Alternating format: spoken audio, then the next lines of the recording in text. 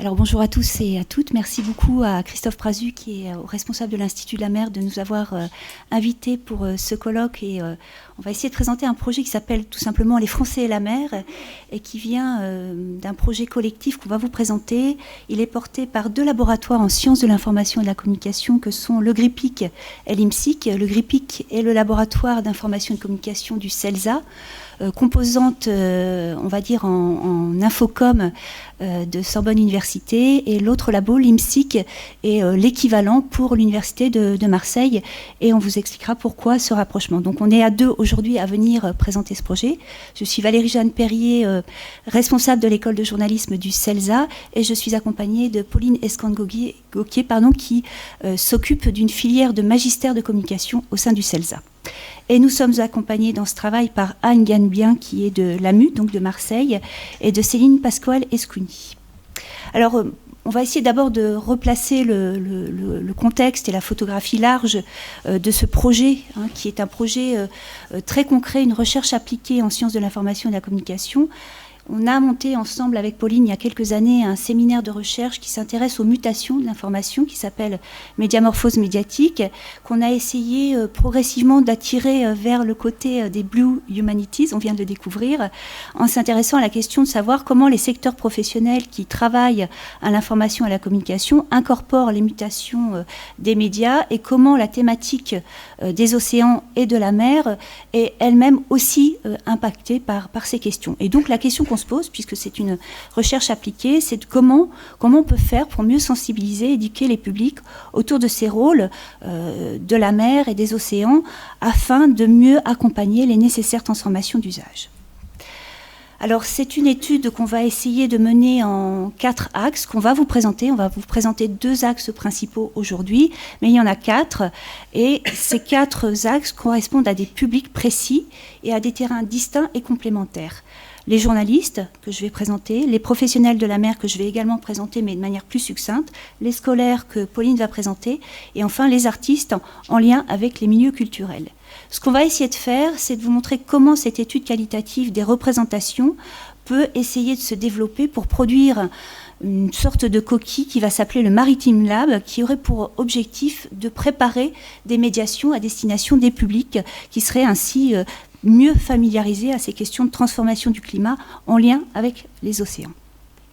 Alors pour débuter, peut-être un cadre conceptuel rapide. On ne va pas à cette heure vous assommer de trop nombreuses définitions, mais quand même un point important, nous travaillons sur la question des représentations.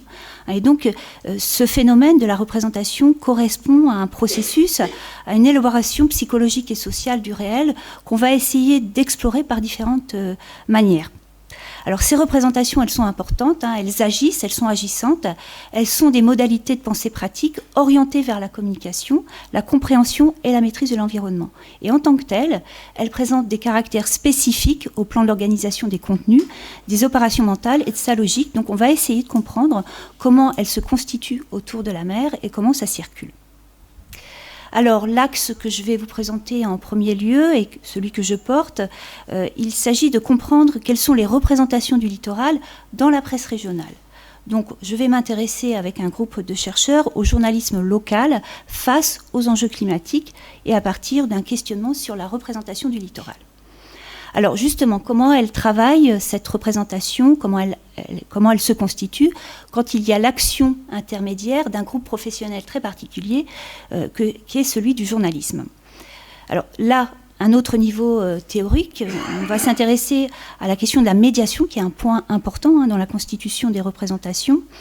La médiation, c'est une activité sociale et professionnelle dans le cadre du journalisme qui est située dans un milieu précis et marquée par un certain nombre de processus normatifs particuliers qui visent à établir et à préparer une relation entre un média et ses publics. Donc on va essayer de remonter la file de la pratique journalistique pour comprendre comment ces représentations adviennent et comment elles sont constituées. Alors, pour travailler, on va travailler autour de plusieurs axes que je vais vous présenter maintenant.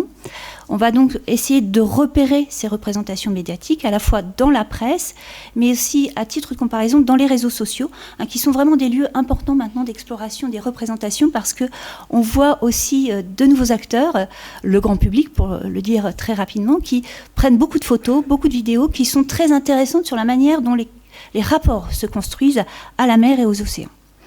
Alors, on va aussi fonctionner autour de l'analyse de contenu et de l'analyse de discours à partir d'un corpus de presse que je vais vous présenter un petit peu plus tard, des entretiens avec des journalistes et de l'observation participante. L'idée aussi, c'est de retourner sur le terrain de la presse locale et de voir comment les interactions entre les divers groupes sociaux se passent dans la pratique du journalisme. Alors, on va compléter ce travail par une recherche aussi avec un partenaire qui est en train de se mettre sur la file, c'est le CIP, qui est le Centre international de la photographie de Perpignan, qui est un fonds de photographie venue de la presse régionale et locale, et dans lequel on peut trouver un certain nombre de photographies prises par les journalistes et qui sont très intéressantes.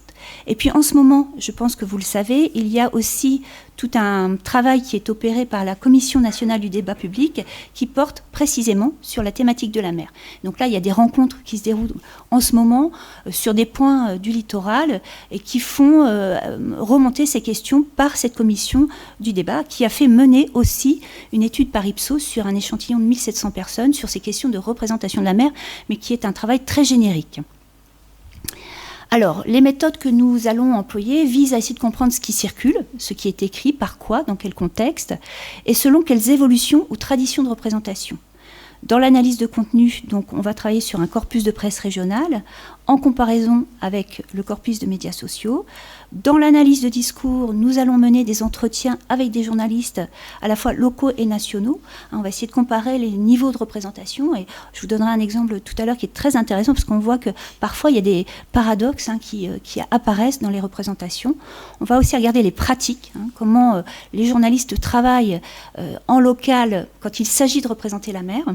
Et puis on va essayer de comprendre les logiques institutionnelles qui sont à l'œuvre, quelles sont les forces en présence, en suivant les séances de commission nationale du débat, notamment en se rendant sur place, en essayant d'écouter sur le terrain ce qui se passe.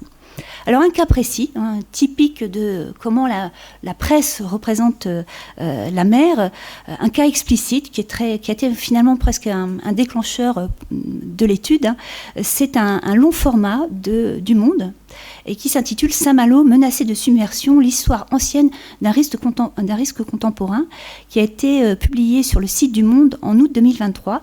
Et là, on a face à nous un article qui est très précis, avec des cartes, des témoignages, des acteurs qui commencent à expliquer et à s'inquiéter de cette submersion, qui est tout de suite très imagée par cette vague gigantesque qui vient passer par-dessus la digue et former cette vague qui à la fois fascine, parce qu'on voit souvent pas mal de public passer sur la digue, se prendre en photo sous cette vague, et qui est quand même aussi le signe d'un risque majeur. Donc on voit affleurer dans la presse maintenant ces représentations graphiques fortes qui montrent aussi un changement de paradigme dans la presse nationale, mais pas nécessairement dans la presse locale.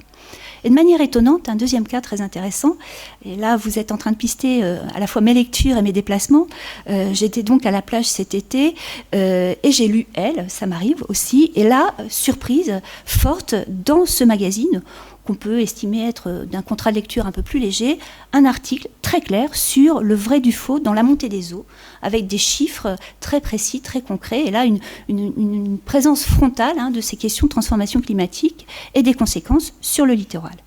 Alors, pour essayer d'avancer de manière plus concrètement, à partir de là, pour essayer de travailler sur cette question de la représentation, on s'est focalisé sur deux zones particulières, la zone de Saint-Malo, avec des journaux que sont Ouest France et Le Télégramme. Et puis peut-être aussi, je vais essayer de réfléchir à cette question de savoir comment on intègre les hebdomadaires qui sont très forts en région avec Le Pays Malouin. Et puis de l'autre côté, en remontant la côte vers Cherbourg, on va s'intéresser à la zone d'Agon-Coutainville en prenant un corpus encore de Ouest France et en parallèle de la Manche libre. Donc 2 zones très particulières en mer de la Manche, avec une zone un peu plus urbaine et une zone plus rurale, qui ont en commun d'avoir des parcs d'exploitation de fruits de mer, de la pêche professionnelle qui cohabite avec de la pêche amateur, de la pêche à pied, c'est dur à dire, de l'activité touristique et des menaces communes sur le littoral. Dans les 2 cas, le recul du trait de côte est très fort, la menace de submersion à court et moyen terme est également très marquée. Et il y a aussi un autre phénomène, c'est qu'il y a une cohabitation estivale forte entre des activités professionnelles liées à la mer et des populations de touristes qui sont aussi mêlées à des locaux qui sont soit en résidence secondaire et aussi en résidence permanente. Donc 2 zones assez intéressantes à comparer sur cette question de la représentation.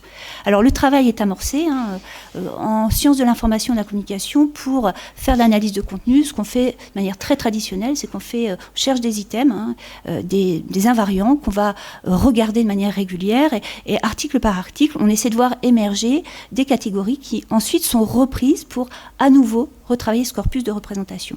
Donc en gros, là pour le travail qui est avancé sur cette première lecture flottante, on aperçoit cette grande représentation à l'œuvre dans la presse et dans ces médias que je vous laisse lire et découvrir. En gros, on voit émerger toujours ces questions de l'aménagement du littoral. Une catégorie qui est très présente et très surprenante, c'est la deuxième, le littoral comme arrière-plan. C'est-à-dire qu'en permanence, on a des informations qui traitent de beaucoup de domaines, l'économie, la culture, l'éducation. Et pour illustrer ces articles, le littoral est toujours capté. On va mettre les acteurs en situation, mais cet arrière-plan reste une sorte de flou artistique qui n'est pas du tout interrogé. Le littoral en danger, alors là c'est une catégorie qui monte de manière assez ponctuelle. Le littoral, espace pour le vivant, etc., etc. Je vous laisse découvrir ces catégories. Il y en a donc 7. Et l'idée maintenant, c'est de prendre ces catégories et puis de redescendre l'ensemble des côtes françaises avec à chaque fois des corpus de presse locale, en partenariat avec les laboratoires de sciences de l'information et de la communication des universités qui longent le littoral. Il y en a de bout en bout, de Lille jusqu'à Marseille, on trouve ces laboratoires qui sont capables de faire ces études et de constituer ces corpus. Alors, ce qui est très intéressant, c'est qu'on peut aussi avoir des hypothèses en parallèle sur comment, en fait, ces représentations adviennent. Quel est le rôle de la médiation journalistique ? Ici, un certain nombre d'hypothèses que je vous laisse découvrir. 3. Alors, première hypothèse très très forte, c'est que le localier, quand il travaille en presse régionale, c'est quelqu'un qui est un généraliste. C'est un travail sous tension aussi. On travaille beaucoup, vite. Il faut produire 3 à 4 articles tous les jours. C'est aussi un travail que j'ai appelé, moi, de passager du vent. La plupart des régionaux ont cette habitude de faire tourner leurs journalistes sur les locales. Et donc le journaliste qui arrive sur le terrain, par exemple, du littoral, il n'est pas forcément un spécialiste. Il découvre dans certains territoires quels sont les enjeux qui sont liés à la mer. Et donc ce n'est pas forcément une activité facile pour lui. Et par ailleurs aussi, ce sujet de la mer et du littoral, c'est un sujet qu'il faut traiter comme un autre. Et ça devient aussi un sujet qui est du quotidien. On vit à côté de la mer, on ne la voit plus comme un sujet forcément important. Ça fait que ce sujet est traité de manière assez parcellaire. Et puis c'est aussi ce que j'ai appelé moi l'éléphant de mer, entre guillemets, dans la pièce. C'est-à-dire que parfois ce sujet de la mer et du littoral, il est problématique pour les journalistes locaux parce que c'est le sujet qui peut potentiellement fâcher les parties prenantes. C'est-à-dire les maires, les associations, les pêcheurs, les artisans. Tout ça, ça fait un monde un peu compliqué à gérer. Et quand on est un journaliste dépendant de ses sources au quotidien, on y va avec beaucoup de prudence. Et puis par ailleurs, il y a un point qui me semble être absolument crucial et qui nous amène à vouloir mener cette enquête, c'est que la formation des journalistes à ces questions est quasiment inexistante. Il y a des écoles d'été qui accueillent, je crois, à Brest, parfois des groupes de journalistes. Il y a des tentatives aussi de former en université des journalistes à ces questions. J'en suis porteuse avec François Lallier qui est là pour essayer de travailler à cette dimension, mais ça reste quand même un sujet assez compliqué. Les questions scientifiques et les questions de la communication de l'information vers les publics des enjeux scientifiques liés aux océans restent très difficiles à aborder pour les journalistes. Alors là, ici, pour la suite, on voudrait essayer de mener des enquêtes complémentaires autour de ce corpus de presse. Je ne vais pas aller dans le détail, mais ce qui fait lien peut-être avec la présentation précédente, c'est qu'il me semble intéressant aussi de comparer ces pratiques et ces représentations de la presse avec d'autres imaginaires, notamment les imaginaires littéraires. Et on s'aperçoit qu'il y a toute une production de livres contemporains actuels qui condensent ces représentations du journalisme, de la mer, de la catastrophe naturelle liée à la mer. Et donc je vais essayer de vous les lister là dans la slide qui suit, avec cette question de l'imaginaire, donc on retrouve, qui est en commune avec ce que vous avez présenté tout à l'heure. Et on peut notamment citer le travail de Olivier Adam, qui, à travers une partie de badminton, qui est un livre très récent, décrit très bien ce journaliste contraint dans sa pratique et qui est confronté à des enjeux d'information et qui n'arrive pas forcément à faire ce qu'il a envie de faire. En plus, c'est un écrivain un peu frustré.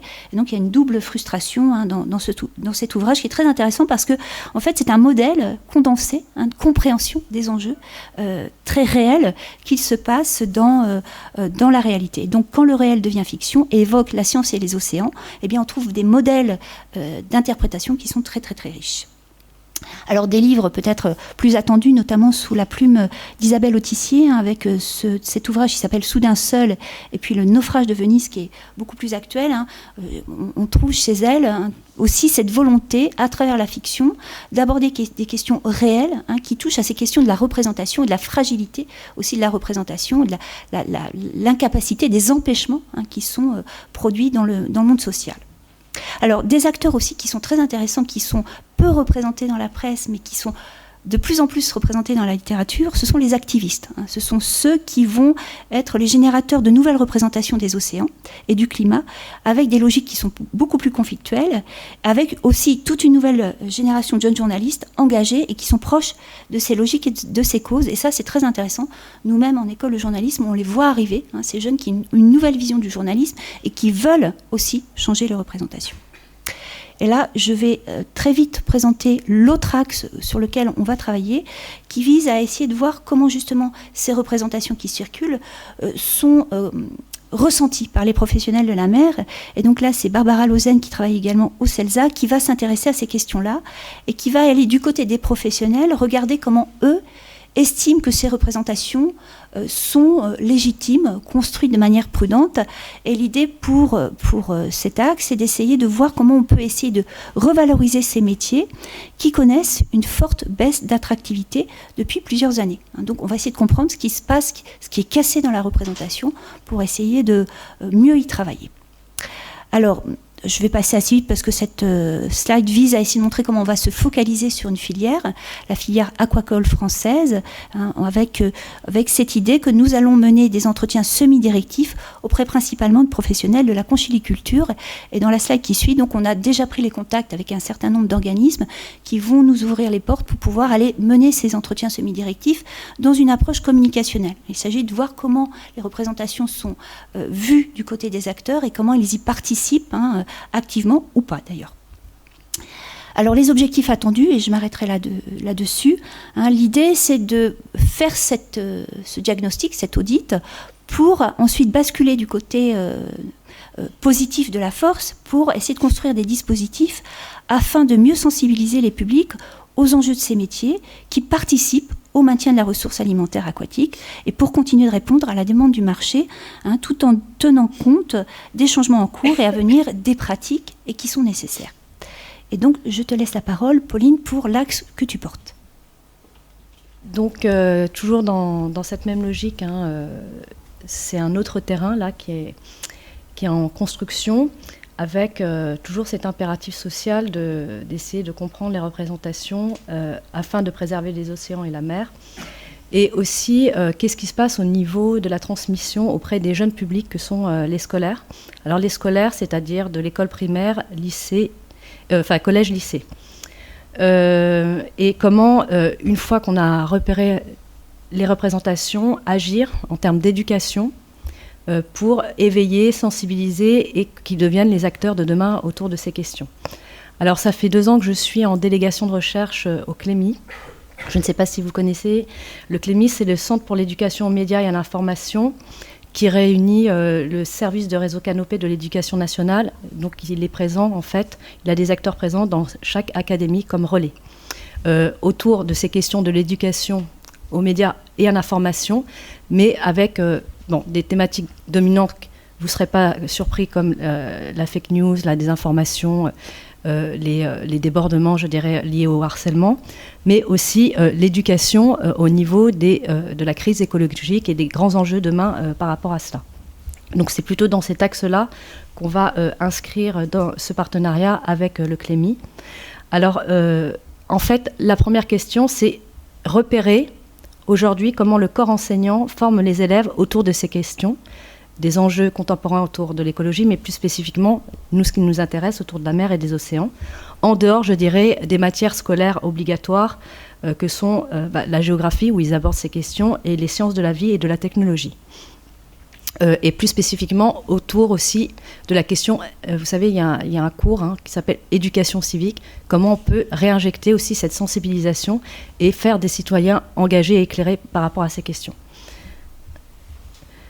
Alors, du coup, il y a vraiment une articulation entre éducation, comprendre où se passe l'éducation, comment elle est reçue, comment elle est, avec quel outil pédagogique, et transmission de valeurs que sont les éco-gestes dès le plus jeune âge, la communication engageante autour de la mer et des océans, et influer finalement à terme un changement des comportements auprès de ces publics dès le plus jeune âge. Alors, on va travailler dans un premier temps au niveau du collège, parce qu'on peut pas, on est une petite équipe pour l'instant, donc on a dû faire un choix, mais on espère grossir et en trouvant des fonds et en sollicitant des collègues dans d'autres laboratoires. Les livrables attendus à terme de cette ambition, dans cet axe, c'est de penser des modules itinérants autour des enjeux maritimes. Et donc ce sont des outils pédagogiques qui auront la forme d'ateliers, de kits créatifs, mais aussi de médiation culturelle et d'exposition. Et ensuite, c'est réhabiliter. Alors, on en a beaucoup parlé dans le groupe parce qu'on a été dans des classes de mer. Voilà, c'est cette logique de la classe de mer, mais avec, je dirais, un petit peu le fantasme du tiers-lieu, voilà, où on peut se faire rencontrer des acteurs de la recherche, du monde de l'éducation et aussi des différents professionnels qu'on rencontre. Voilà, donc ça, c'est l'ambition à terme. Alors, aujourd'hui, où est-ce qu'on en est ? Excusez-moi, j'ai un gros rhume. Donc, une première enquête, je dirais, va être faite là dès le début 2024 pour essayer de repérer un petit peu, voilà, qu'est-ce qui se passe. Alors, comment on va monter cette enquête qualitative auprès des publics scolaires ? On va se reposer sur ce qu'on appelle les coordinateurs et coordinatrices, qui sont les relais au niveau de l'éducation aux médias et à l'information en académie. Voilà, donc déjà, ça va être des relais importants parce qu'ils forment les formateurs sur ces questions, c'est-à-dire ceux qui vont prendre en charge la fameuse matière dont je vous parlais, l'éducation civique de ces jeunes publics.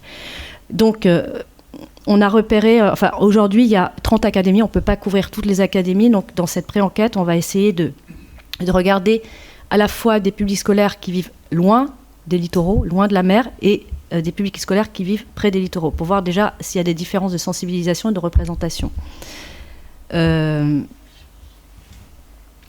Donc, la pré-enquête va être faite là, dans un collège d'Épinay à Franconville. Et je vous donne juste un exemple pour que vous compreniez un petit peu l'enjeu, c'est-à-dire l'observation participante, pour voir comment, à travers un exercice qui est simple, c'est les polémiques autour de la pollution des océans, comment les élèves comprennent, voilà, ces enjeux, comment ils vont chercher l'information, les suivre là-dessus, et leur faire finalement une production artistique autour de cela, soit un journal, un micro-journal, soit une vidéo, etc., pour voir comment ils interprètent et comment ils communiquent autour de ces questions. Voilà, donc tout ça, ce sera du matériel à analyser.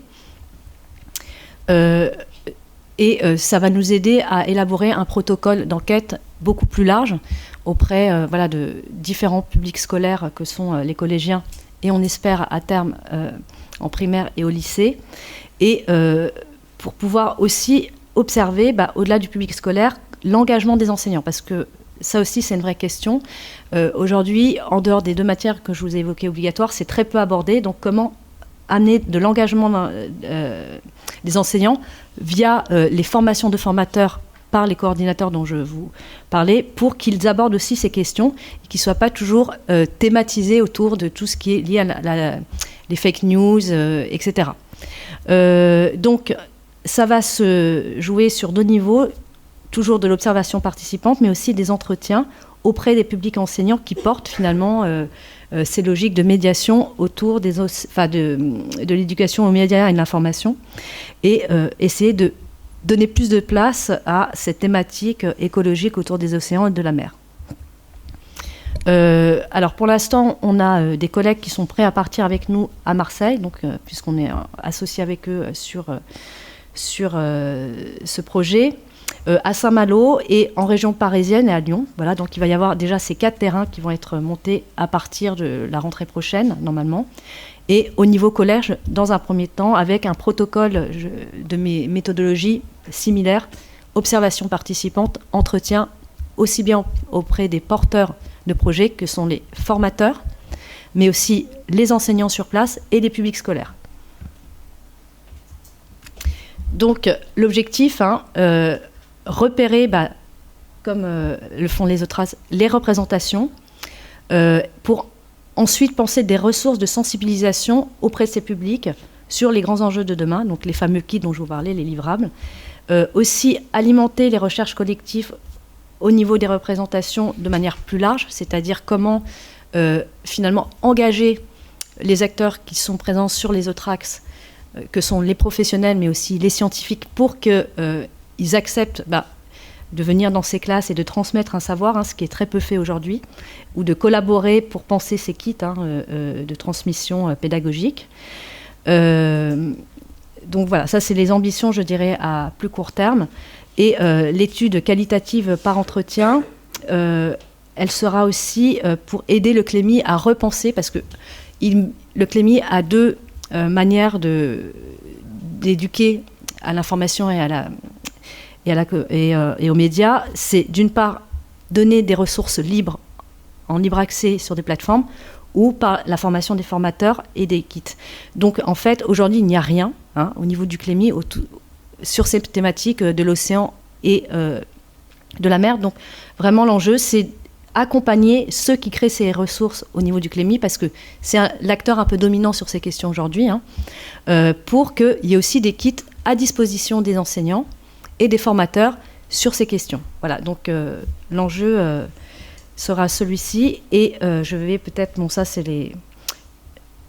Parce qu'après on va prendre trop de temps, passer au dernier axe, c'est finalement celui qui va arriver un peu plus tard, une fois qu'on sera vraiment engagé sur les 3 premiers axes, au niveau des publics journalistiques, des publics scolaires et enseignants, et des publics professionnels, parce qu'à un moment donné, on veut penser aussi des médiations artistiques vers finalement une popularisation de ces thématiques et une, je dirais, infra-organisation à terme, c'est assez ambitieux, mais bon, pourquoi pas, pour qu'il y ait plus de familiarité autour de ces logiques-là. Alors, dans ce groupe, ils ont un partenaire qui sont un certain nombre d'artistes qui sont prêts à s'engager sur ces questions, à participer à cela. Et les médiations qu'ils veulent penser aujourd'hui, c'est 3 actions complémentaires. C'est une exposition BD, qui deviendra un livre, donc une BD. Il en existe déjà, mais avec un axe, je dirais, un peu plus spécifique, par rapport à toutes ces représentations couplées. Et une série de podcasts, une exposition itinérante, et aussi dans cette logique, je dirais, de rencontre entre sciences et société, des bars de sciences. Il en existe déjà un à Marseille, voilà, donc, mais qui serait plus ouvert aussi auprès des publics scolaires. Donc voilà, merci, j'espère qu'on n'a pas trop débordé.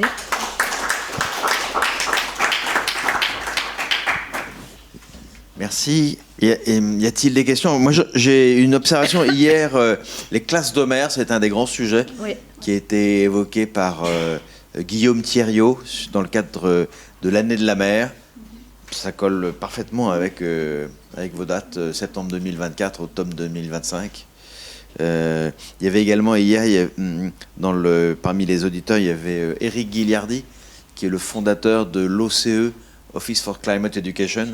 Donc là, qui lui a une visée internationale, mais qui met à la disposition principalement des collèges, je pense, des outils, des ressources pédagogiques.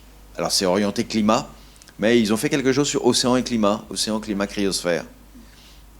Voilà, et ils sont sur le campus ici.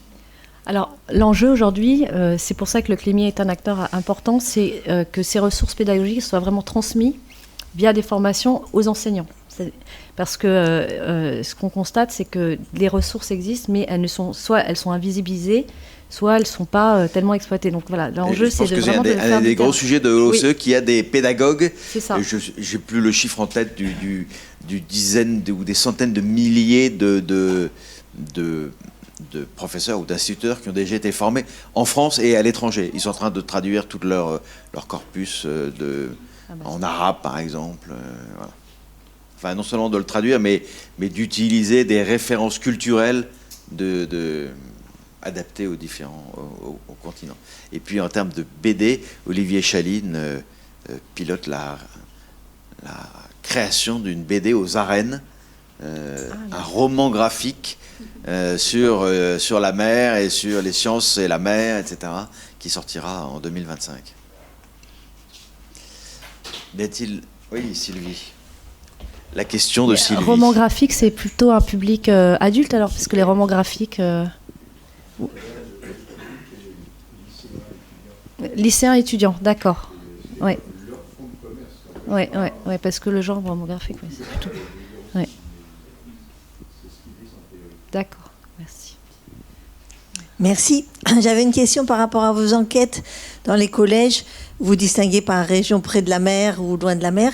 Est-ce que vous ferez aussi une distinction de milieux sociaux, de collèges? Parce que même à Marseille, on dit qu'il y a une grande partie d'enfants du Nord-Marseille qui ne vont même pas à la mer, qui ne savent pas nager. Tout à fait. En fait, c'est ce que, en discutant avec nos collègues qui vivent à Marseille, effectivement, ce n'est pas parce que des enfants vivent près du littoral qu'ils ont une expérience de la mer. Parfois, il y en a, oui, ils vivent suffisamment éloignés pour ne pas avoir un lien particulier avec la mer. Donc, bien sûr, ces critères-là seront pris en compte. J'ai une question. Est-ce que vos études vont s'élargir sur les territoires ultramarins de la France aussi, dans l'avenir? On aimerait.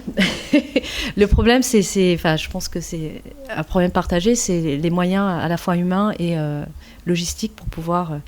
donc, en fait, une fois qu'on aura réussi, je dirais, plus modestement, une première étape, je pense dans le groupe, on a Barbara Leuzen qui a des liens avec La Réunion et qui pourrait aller faire un terrain potentiellement là-bas. Oui.